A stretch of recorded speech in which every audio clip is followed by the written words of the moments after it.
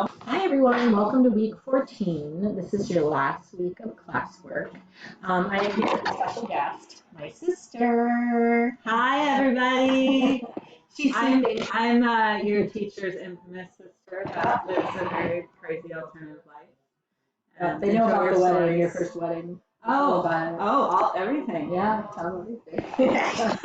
All right, so a couple of you might not get that. I know that you weren't in my SAM class last semester, but you can always ask them else in the class. So this week, for the last week. So it's a really strange week because we're supposed to be doing flannel boards and acting out stories.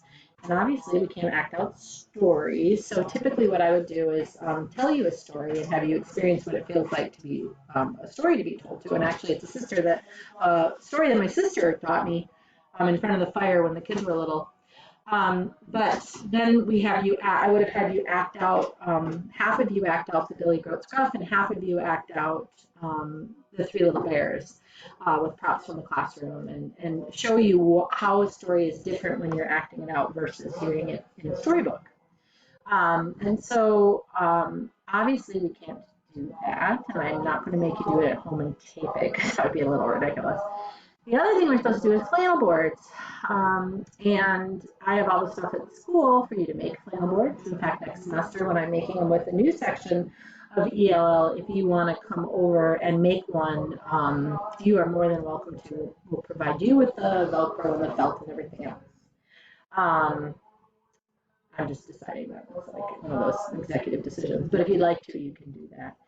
So we have to talk about them without actually doing them. And I don't expect you to go out and buy all of the stuff to make flannel boards because I don't want you to go to the store and most of you don't have flannel and Velcro and googly eyes laying around. So we're kind of just going to have to just fake it through this week. So this is the week, Flannel Boards and Acting Out Stories is the title. And what you're going to do is that for the first discussion board, I probably should go back and read this to you. So this week, you are going to do a discussion board called Reading and Interacting with Stories.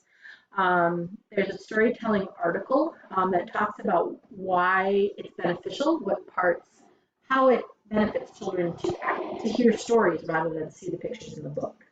And if you think about it, I'm sure you could think of the positives. Think of the imagination that builds.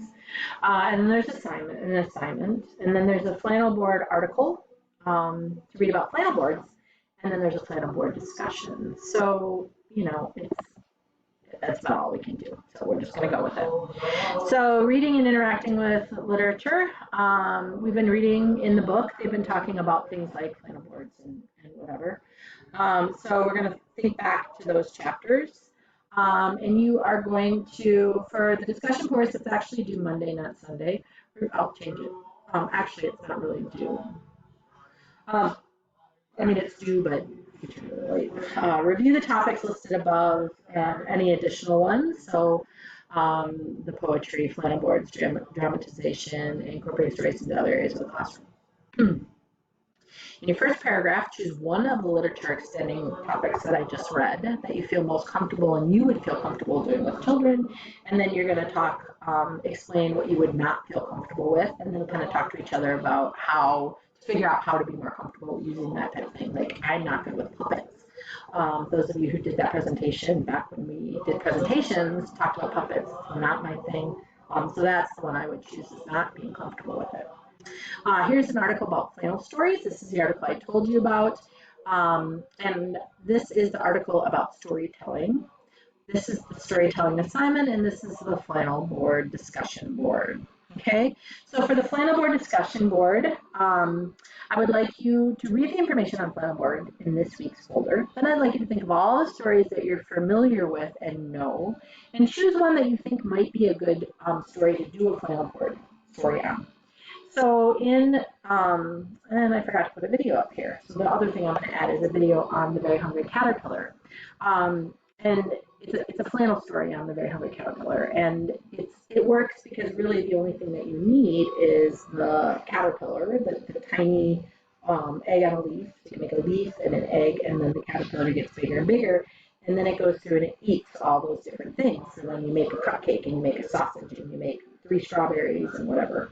So it's pretty easy to do. If you chose a story like some of you chose for your bibliotherapy stories, think about trying to put those on, cut all those shapes out. It would be nearly impossible to tell the story without having the backgrounds and all those other things. You want to just be able to pull the characters out and use minimal amounts of pieces to tell the story.